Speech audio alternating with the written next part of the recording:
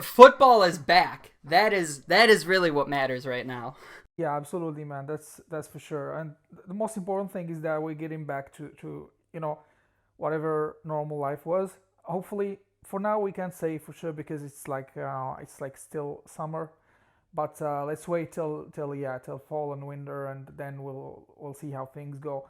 Hopefully, we'll still keep these reduced capacities, and then move to full stadiums again. Like we want to see that, and I'm very happy. Like the atmosphere, we've missed it all, and it's been amazing seeing the football fans back. Um, for the Bundesliga, and also for the latest Euro 2020, when basically I think for the final it was Wembley at full capacity.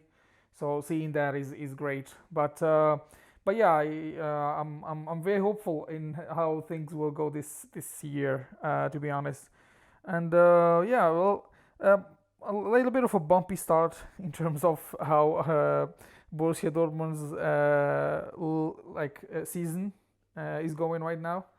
And like I'm curious, have you followed the transfer market news during the summer? Were you like interested in knowing who's in, who's out?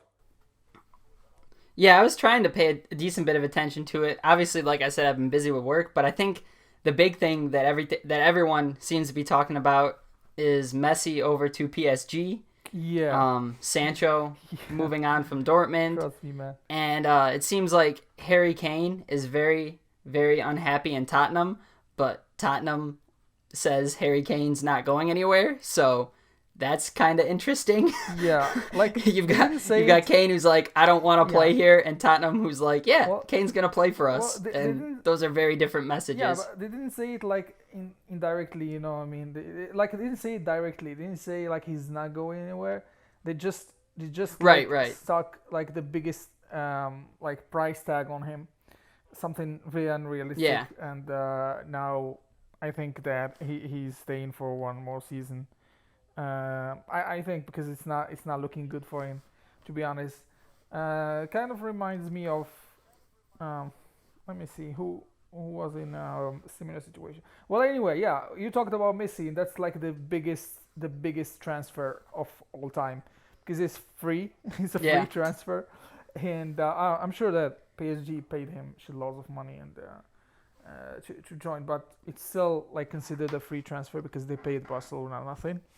And I was in Paris actually when the transfer got announced. So and funny enough, like not funny, but it was expected. Like as soon as his shirt was announced, um, whenever you go in Paris, whenever there's like a PSG store, you will see like huge lines in front of it, people wanting to get the shirt, the jersey. So it was actually a huge news for them. But they are building like a huge team, man. Like they are getting these big names.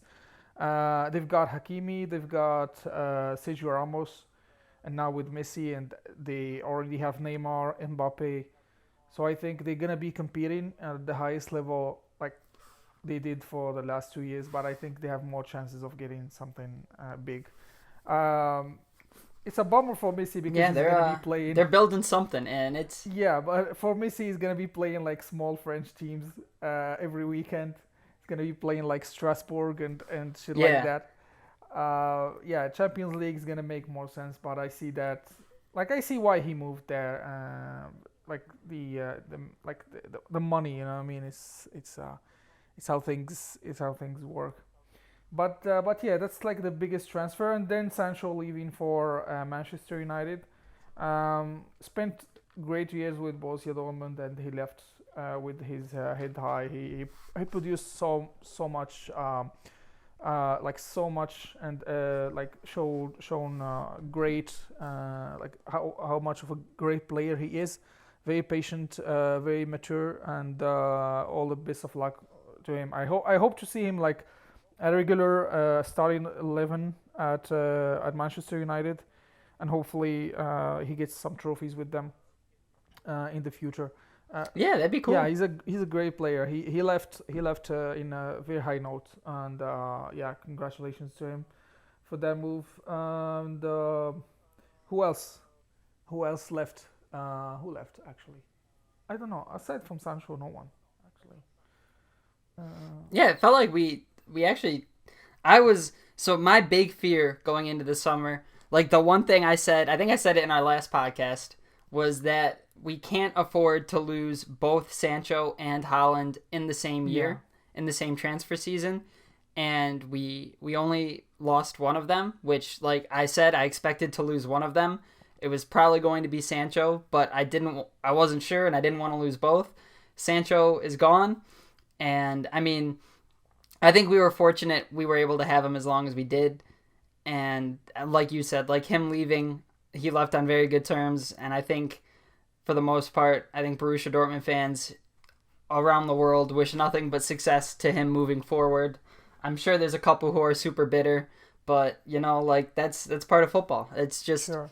the nature of the game, and like if Dortmund could keep every superstar they get, that'd be great. But Dortmund would be a different franchise, you know, if they did that, or a different like a different they'd have a different legacy. And like right now, that's the way it is for Dortmund. Like we can't really afford to keep every superstar we Hmm. get. And I think we were fortunate to have a superstar like Jadon Sancho for as long as we had him, and we're fortunate to have a superstar like Erling Haaland for as hopefully as long as we'll keep him. And then you know, like Marco Royce, I don't know if I'd consider him like a superstar at this point in time, but he's still like I would put him as one of the more respected players in Europe. Like I think people have a respect for his skill level and his gameplay and his style because when he's on his game, he's very good. And like, but outside of that, like I think Dortmund do a great job of taking smaller pieces and putting them together to make a big puzzle, or like taking small pieces and putting them together to make a big product. Like, I think Rafael Guerrero, he's like, I love him. I love him in Dortmund. Like Thorgan Hazard, um, Julian Brandt. Like, there's a lot Yeah, of there's like so much I talent. would say talented Yeah, and like borderline superstar players, but they're just not quite superstar players, so that they're within Dortmund's budget. It's a good balance, I think, for Dortmund. yeah, yeah. Going back to Marco Reus, in my opinion, he has already earned legendary status, uh, be it in Borussia Dortmund, Germany, or in Europe. So, yeah, I will not talk about him as a superstar because he's now legendary. He was a superstar earlier, but now it's next level. And yeah, I think he's retiring here. But yeah, we still have Reina as well. Reina is taking number seven. It's his chance to step up to show what he's got. And yeah, keeping Haaland is great. We're getting some players who are coming back to the squad soon. We have Mukoko as well. We have our latest recruitment, Malen. So yeah, we'll see. And we have Billingham as well. So we have a young, strong squad. We just need to put, as you said, all the pieces together and expect like or hope that the end product will give something at the end of the season. But we have everything it takes. We just need, and we also have a great goalkeeper that we have just recruited as well in Kobo. So we'll see how things go, and hopefully Marco Rose gets like the hang of it soon, sooner than later, because it's quite a bumpy start, as I said before, and we won the first game in like very strong first game, and then we kind of just gave up the Super Cup to Bayern. In my opinion, we just made so many mistakes, gave them so many gifts, and they didn't say no. And after that, Freiburg game was yeah, it was a little bit of a mess, to be honest, in terms of defense. It just shows like I like how Dortmund play now. They play more direct, and I appreciate that. Like if you noticed, it's not like last season with Favre. It's more like as soon as we get the ball, let's get it forward. There's no more like this Yeah, bullshit position. It's like, okay, how fast can we get the ball to Haaland or to Marco Reus? How fast can we do that? And that's how they work, and I love that.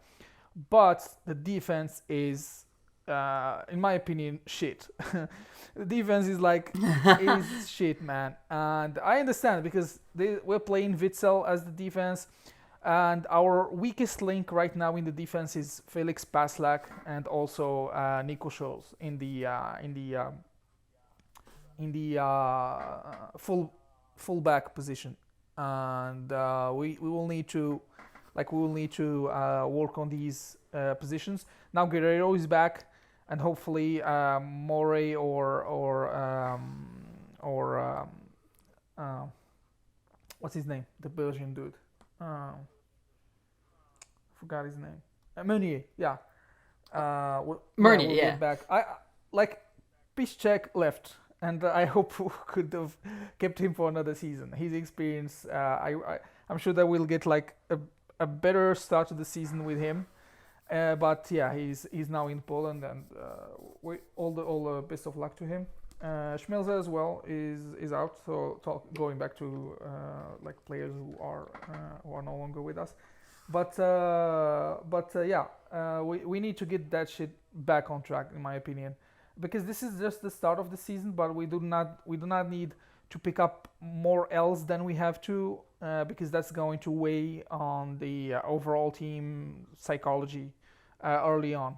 And Yeah. we Especially if we're taking the L's to like Freiburg. I mean, credit to Freiburg, like they came out firing, like they came to play. yeah, But like also we shouldn't be losing to Freiburg. true. But I guess that's 2 years in a row. I think that's happened Yeah, where we just drop a game to Freiburg and we're like, what yeah, the hell is going on? I mean, I don't know. I like you said, there's clear issues in the back right now, and we're kind of stretched in yeah, the back. We're like you said with Witzel playing center back.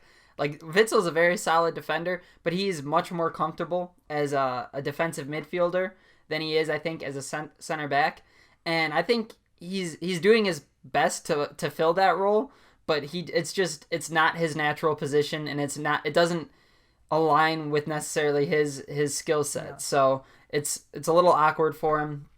I don't think necessarily he's, like you said, he's not even really been the main problem at defense, Not at all. but I think just having He was like pretty solid, in my that opinion. like He was more solid than yeah. Akanji so far, to be honest. Yeah, Yeah, and actually, I think against Freiburg, I think Akanji kind of stepped it up a bit, but we need to be able to count on like Hummels and Akanji, and we need Scholes to be stronger on that left wing back, and Paslak, he's still got to grow into his strengths, I think, over on the right side. Um, he got caught out of position quite a few times though, I think against Freiburg, if I remember correctly, and it's frustrating to see that. But I guess if you're gonna make those mistakes, it's better to make them now and fix them now than to make them, in the middle of the season and try to fix them then. But we still gotta fix them. Like if we don't fix the mistakes, then making the mistakes now versus later doesn't really matter. It's like you still gotta fix the mistakes. for sure, 100%. Yeah, well, it's always like, because yeah, it's Marco Rose's first season. We understand that, and again, Freiburg is a very strong team. We can take nothing from them. They have a great coach in I don't want to butcher his name, Stephen Streich or something like that, and they have a very good team, very young, very hungry, talented players, and they played in front of their supporters, and the supporters are like hardcore motherfuckers. So I would understand that we can lose there. Any team can lose there. Any team, even Bayern lost to them several times. So any team can lose in Freiburg's turf. But we still need to be realistic and make the best out of the squad. Now that Hummels is back, he played like the last 15 minutes, I guess. We saw also Guerrero being back, Chan.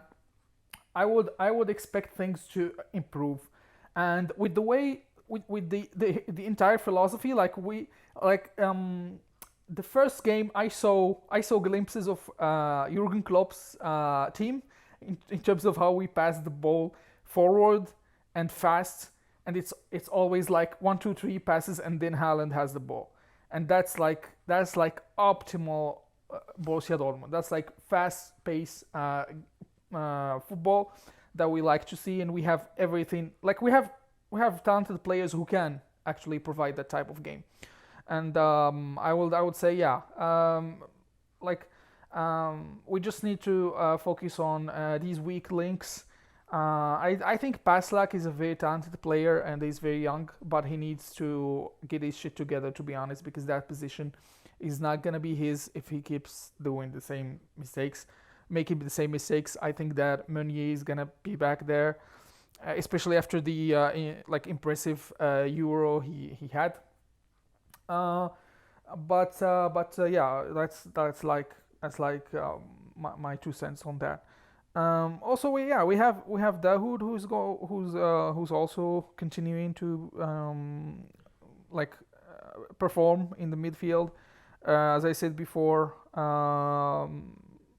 like Bellingham is a very talented player, obviously, and he's playing his best game. He missed a great opportunity against Freiburg. First half, around like the 20th minute, that was heartbreaking. It was like almost like a penalty, and even a little bit better, to be honest. But he kind of shot it at the goalkeeper. So if that goal went in, I will see like it will be like a different scenario to the game. And yeah, we have what it takes. So I guess we need to work on that, and yeah, coaching staff is going to make some adjustments, I'm sure, for the next games. And we still have Terzic on board as technical director, I guess. That's good as well. Yeah. I'm sure that he has lots of input and experience with the players, and yeah, I guess we're going in the right direction. We just need to like minimize the number of mistakes we make each game, in my opinion. Because Bayern's game was like we made so many mistakes in passing. Like I was like, oh, we forgot how to pass. Actually, like it was obvious that we were doing like we were playing like amateurs in terms of passing in the back. I'm talking about the back, of course. The front, was great. The back was shitty. And Freiburg was a hard mess in terms of defense. I mean, the first goal is a free kick, and credit to Griffer, I think his name. No, it's not. It's Grifo or something like that. He scored actually 2 free kicks so far. He scored the first free kick in the first match day, and he scored another free kick against Dortmund. So he's a free kick master, and he almost scored another one against Dortmund. So there's nothing. Even the goalkeeper could do nothing because the ball was very like it hit the post and then went in. So it's very difficult to save. But the second goal, it was a huge mistake defensively, and everyone should be accountable for it in the back line. But yeah, well, hopefully we'll see our players get back on track, and yeah, it's also impressive to see that Witsel is already back at top level at football. I was very impressed to see him play in the Euros, to be honest. After that injury that he picked up last year, that was horrifying, man. Yeah.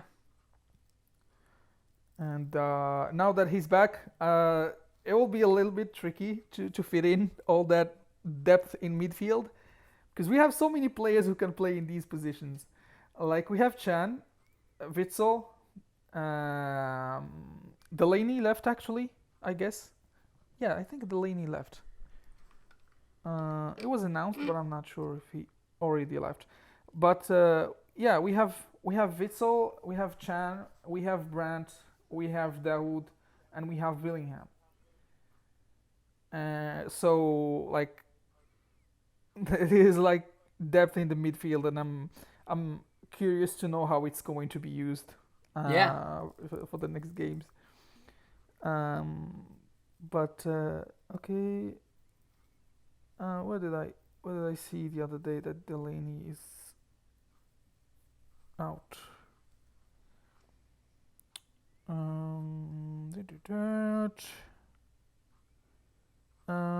Okay, no, they haven't. Sevilla is interested, but they are offering 5 million, but Dortmund would not settle for less than 10. So it's definitely worth more than 10. So, but I think he's already out. To be honest, it looks like it. And yeah, it's actually it's a wise decision. Not in terms of he's not a good player. He's actually a great player in his position. But we have too many players in the midfield that we will not know what to do with. Yeah. You know what I mean? And they are all great players. They are all amazing at the way they play. But I think that it's gonna be tough for these for to convince these players to stay with the competition that they will face in the midfield. So I would say, yeah, if Delaney leaves, then good luck to him, and it's been amazing 2 seasons with him, and hopefully he'll achieve great things with Sevilla. Now that Messi is out of the picture, the Spanish La Liga is going to be very interesting, Yeah. It's going in to my be very opinion. different. It's gonna be very different. Like Cristiano has already left, and now Messi. So Sergio Ramos is out as well. So now it's like, yeah, who are we gonna like? Who are like these? Like, yeah, it's no longer like La Liga. It's and I'm sure that it's also going to be. They're also going to be to drop in terms of popularity in as a league. I think it's beneficial for the Bundesliga, to be honest, in terms of the attracting new fans. But yeah, it's yeah. That's my like 2 cents in terms of the situation right now with Dortmund. I think Bayern are reconstructing as well with the new coach. They have great players, and as I always say in at the beginning of each season, Bayern are not gonna stop and wait for us to catch up. So if they get the train rolling, if they go full steam ahead, we will need to do something about that, and we will need to catch as much as like pick up as many points as possible. So Yeah, yeah. we can't afford to fall behind early. That's what I think that hurt us a lot last year, just falling behind too much too Mm-hmm. quickly, and then we just couldn't make up Yeah. the gap at the end. And then we finished super strong to end the season. So like I think that created a lot of like optimism for this season, and I feel Yeah. like we're kind of back to where like where we're used to being, where we're like, oh, like after we played Frankfurt, I was like, holy crap, we're gonna be really good this year. And then we struggled with Bayern, and I was like, all right, like Bayern is still Bayern, okay. And then we lost to Freiburg, and I was like, all right, let's not do this again, please. But Yeah. I'm still It, pretty it, it optimistic. I'm not gonna get super down on it early. Like I'm gonna stay optimistic, and I'm just happy that we're yeah, back. yeah. Like I even though wasn't the perfect start we wanted, better than no football. So we'll take what we can get right now. Definitely.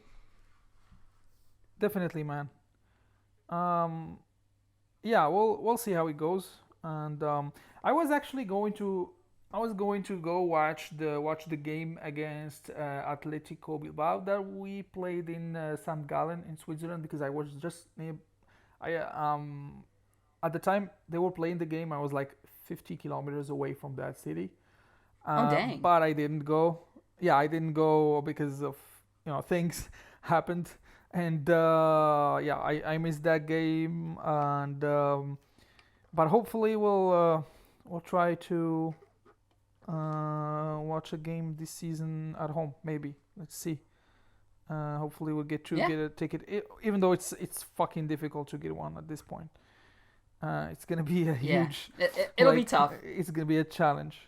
Yeah, it's gonna be a challenge, man. Yeah, like it's like, yeah, there's no way. But let's see. We'll try, and we'll wait. We'll wait. Yeah. Um, yeah. Well, for me that's it so far. I'm just happy that we're back.